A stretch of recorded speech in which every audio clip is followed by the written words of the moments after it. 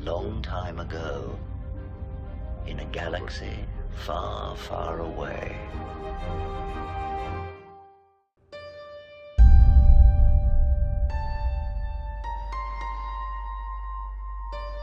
Ashoka episode 6। पर्गिल के मुंह में ट्रैवल करते वक्त अशोका ने हुयांग को बताया कि मॉर्गन की गैंग ने सबीन को किडनैप नहीं किया, बल्कि वह खुद अपने मर्जी से उनके साथ चली गई। अशोका को लगता है कि वो सबीन को ट्रेन करने में फेल हो गई, लेकिन हुयांग का मानना था कि शायद उस वक्त सबीन को कोई दूसरा चॉइस नजर ही नहीं आया हो सकता है कि ये एक बस दोस्त को बचाने के लिए ऑनेस्ट मिस्टेक है। फिर अशोका का मूड ठीक करने हुयांग ने उसे पर्गिल्स की कहानियां सुनाई, वो कहानियां जो हुयांग जेडाई टेंपल में यंगलिंग को सुनाया करता था। बेलन ने सबीन को शिप की जेल में बंद करके रखा था। सबीन को लगता है कि बेलन ने अब पलटी मार ली, ये एजरा को ढूंढने में शायद इसकी मदद नहीं करने वाला। लेकिन बेलन और बाकी सारे सबीन की मदद से ही एजरा तक पहुंचने की प्लानिंग में थे। हाइपर स्पेस से बाहर निकलते ही इनकी शिप पेरिजिया के पास पहुंची, डेथोमियर पर रहने वाले नाइट सिस्टर्स का एंशिएंट होम वर्ल्ड। सदियों पहले शायद यहाँ के नाइट सिस्टर्स पर्गिल्स के साथ ट्रैवल करके इस गैलेक्सी से स्टार वॉर्स के नोन गैलेक्सी में चले आए। अपनी जिंदगी की आखिरी घड़ी में पर्गिल्स यहाँ पर मरने के लिए आते हैं। इस प्लैनेट के आसपास दिख रही ये रिंग उन्हीं मरे हुए पर्गिल्स की हड्डियों से बनी है। तो बेसिकली नाइट सिस्टर का होम वर्ल्ड अब बस पर्गिल्स का कब्रिस्तान बनकर रह गया। फिर प्लैनेट के सरफेस से आ रहे सिग्नल को फॉलो करते हुए मॉर्गन की गैंग सबीन के साथ एक शटल में बैठ के नीचे चले गए। नाइट सिस्टर के जाने के बाद ये प्लैनेट मानो सुमसाम खंडर में बदल गया।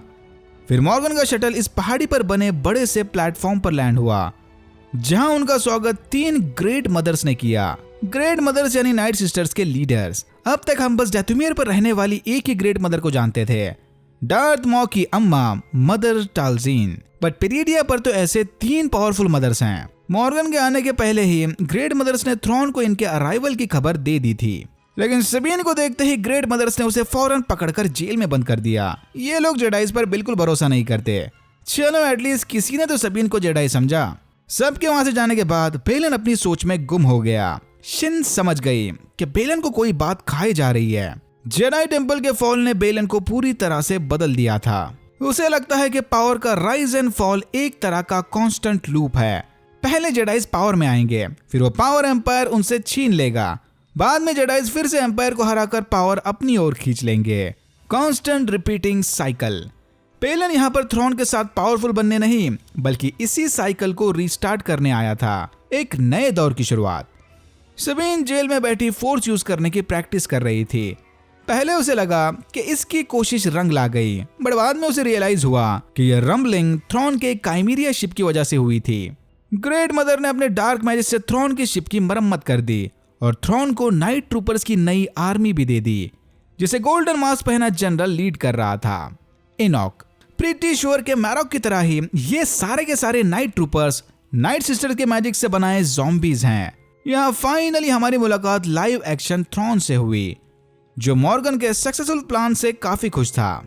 लेकिन यहाँ से निकलने से पहले इन्हें कार्गो ट्रांसफर करना है, जिसमें एटलीस्ट 3 दिन का टाइम लगेगा। देख के लग रहा है कि इसमें रखा कार्गो भी ग्रेट मदर्स के ज़ॉम्बी प्रोजेक्ट का हिस्सा है। तभी मॉर्गन ने थ्रोन को बेलन और सबीन से इंट्रोड्यूस करवाया। थ्रोन सबीन को तो जानता ही था, बट सरप्राइजिंगली इसे बेलन के बारे में भी पहले से ही सब कुछ पता था। थ्रोन ने सबीन को बताया कि वो बेलन का वादा पूरा करने में इसकी मदद करेगा। सबीन एजरा को ढूंढने के लिए आजाद है, बट अनफॉर्चुनेटली थ्रोन को भी नहीं पता कि एजरा इस प्लैनेट पर कहां छुपा हुआ है और वो जिंदा भी है कि नहीं।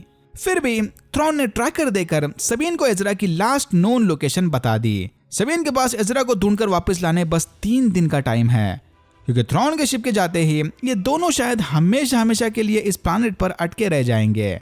जाने से पहले इनॉक ने सबीन को एक लोकल सवारी यानी हाउलर पर बिठा दिया।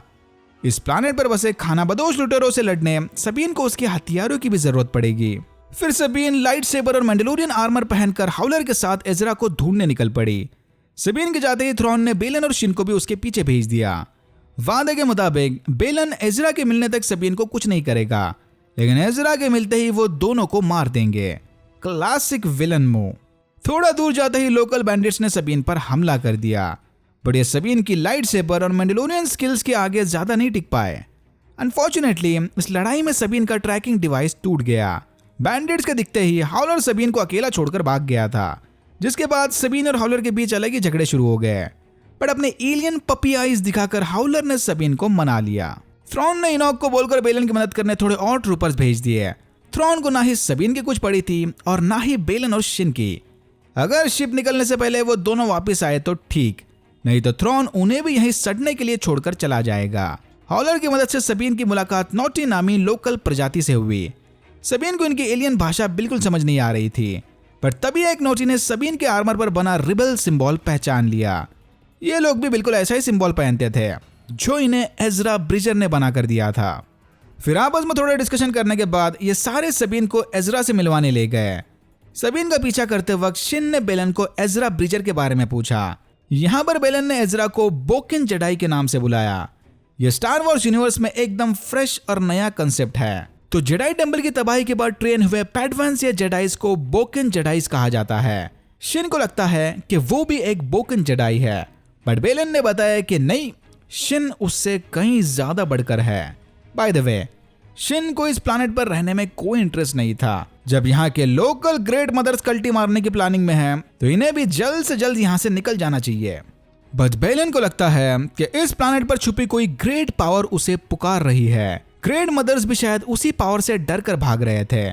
तभी इनका सामना कुछ बैंडिट से हुआ। अब दुश्मन का दुश्मन अपना दोस्त वाला क्लासिक लॉजिक लगाकर ये सारे साथ मिलकर काम करेंगे। नॉटी कबीले में पहुंचते ही सबीन की मुलाकात एजरा ब्रिजर से हुई, जिसकी हेयर और बियर्ड स्टाइल अब फ्लावर से फायर बन गई है। ये दोनों ने देखते ही एक दूसरे को फौरन गले लगा लिया। सबीन यहाँ पर कब और कैसे आई इसके बारे में बाद में चर्चा करेंगे। पहले इन्हें खानाबदोश नॉटी कबीले की पैकिंग में मदद करनी है। दूसरी तरफ ग्रेट मदर्स ने थ्रॉन और मॉर्गन को चेतावनी दी कि पर्गिल्स के साथ अशोका टानो यहाँ पर आ रही है। ये सुनते ही थ्रॉन मॉर्गन से काफी डिसअपॉइंटेड था। उसने बिना चेक किए ही समझ लिया था कि अशोका मारी गई। जेडाइस को कभी हल्के में नहीं लेना चाहिए। थ्रॉन को तो अब बेलन पर भी भरोसा नहीं। फिर मॉर्गन से अशोका के बारे में सारी बैकग्राउंड इंफॉर्मेशन निकालकर थ्रॉन उससे लड़ने की तैयारी में लग गया। प्लैनेट के आसपास किसी भी पर्गिल के दिखते ही मॉर्गन की आई ऑफ साइंस शिप उसे उड़ा देगी। अशोका से लड़ने ग्रैंड एडमिरल थ्रॉन को फिर से एक बार ग्रेट मदर्स के डार्क मैजिक की जरूरत पड़ेगी।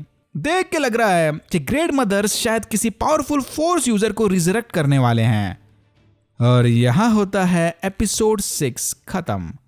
Another banger of the episode. इस सीरीज को देखने में अलग ही मजा आ रहा है भाई। Alright, that's it for now. अगर आपको वीडियो अच्छा लगा तो please like, share and subscribe for more videos like this. मैंने ऐसे और भी वीडियोस बनाए जिनके लिंक्स आपको डिस्क्रिप्शन बॉक्स में मिल जाएंगे। Thank you very much for watching and I am hoping to see you in my next one.